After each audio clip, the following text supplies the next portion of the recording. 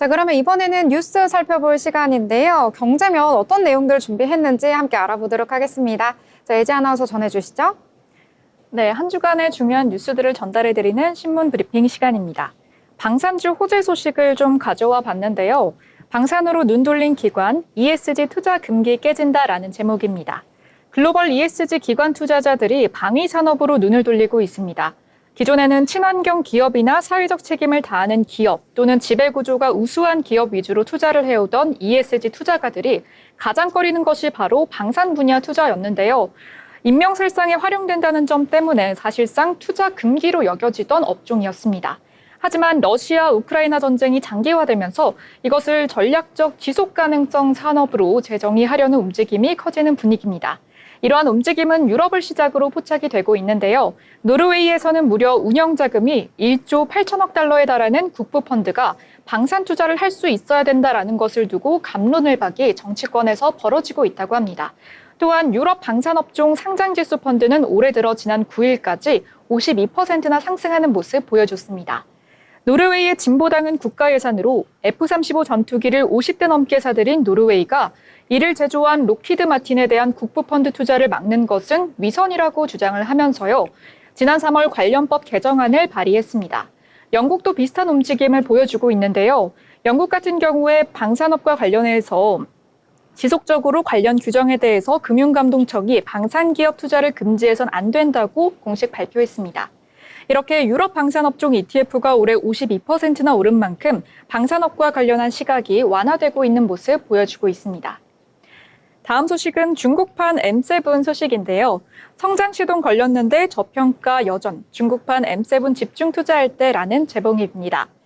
이런 11일 정의연 미래에셋 자산운용 ETF 본부장에 따르면 미래에 대한 과학적 연구 성과는 중국과 미국이 1, 2위를 다투고 있는데 중국 빅테크 기업들이 저평가되고 있다고 말했습니다.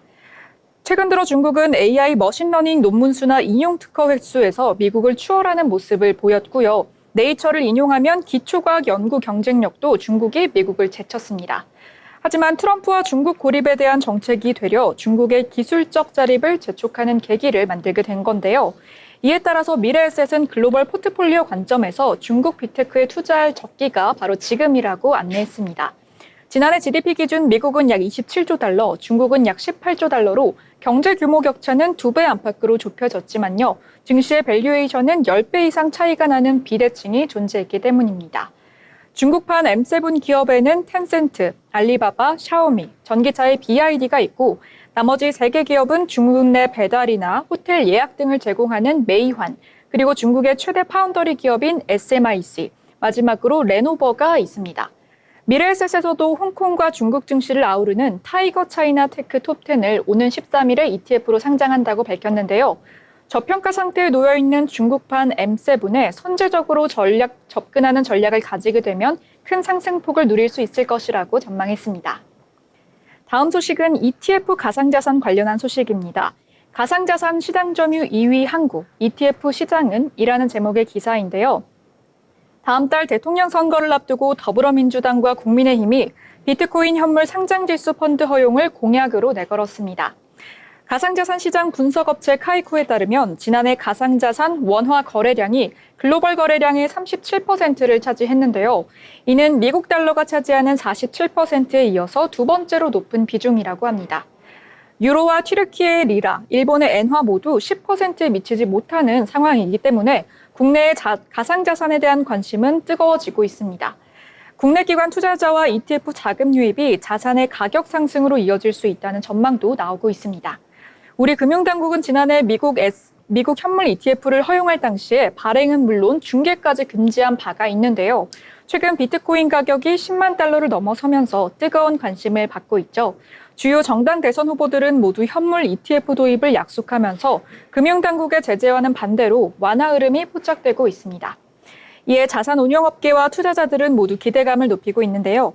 한국이 지금까지 가상자산 시장 규모는 컸지만요. 주로 개인 투자자 중심으로 이루어졌지만 만일 기관 투자자의 가상자산 시장 참여가 허용된다면 유동성이 좋아질 것으로 분석되고 있습니다. 다만 알트코인에 집중된 거래의 형태와 금융 선진국 대비 늦은 시장 개방 등은 약점으로 꼽히고 있는데요. 카이코에 따르면 국내 거래소 전체 거래량 중에 평균 85%가 알트코인에 집중되어 있다고 합니다. 국내 운용사의 한 관계자는 지금 당장 현물 ETF가 허용돼도 절차를 고려하면 출시까지 1년은 잡아야 한다면서 그 사이에 해외 상품의 중개까지 허용되면 국내에 상장된 가상자산은 매력이 떨어질 수 있다고 지적했습니다. 각각의 가상자산을 순차적으로 허용하기보다는 인버스처럼 당장 활용할 수 있는 상품을 내놓는 게 필요해 보인다고 덧붙였습니다.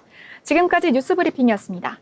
네, 여러 가지 뉴스들 알기 쉽게 정리를 해주셨는데요. 그중에서도 많은 분들이 흥미로워할 내용, 이 중국판 M7입니다. 기존에 알고 있던 미국판 M7이 아니라요, 중국 쪽에서 새로 만들게 된다라고 전해졌는데요. 2025년 같은 경우에는 중국 쪽으로의 이 기술주가 앞으로 더욱더 성장할 수 있다라는 이야기가 나오면서 많은 분들이 주목하고 있고요. 운용사에서도 관련돼서 여러 가지 상품을 내놓고 있는 걸 보니까요. 앞으로 중국 시장 쪽으로 눈을 돌려도 괜찮지 않을까 하는 생각이 드는 내용이었습니다.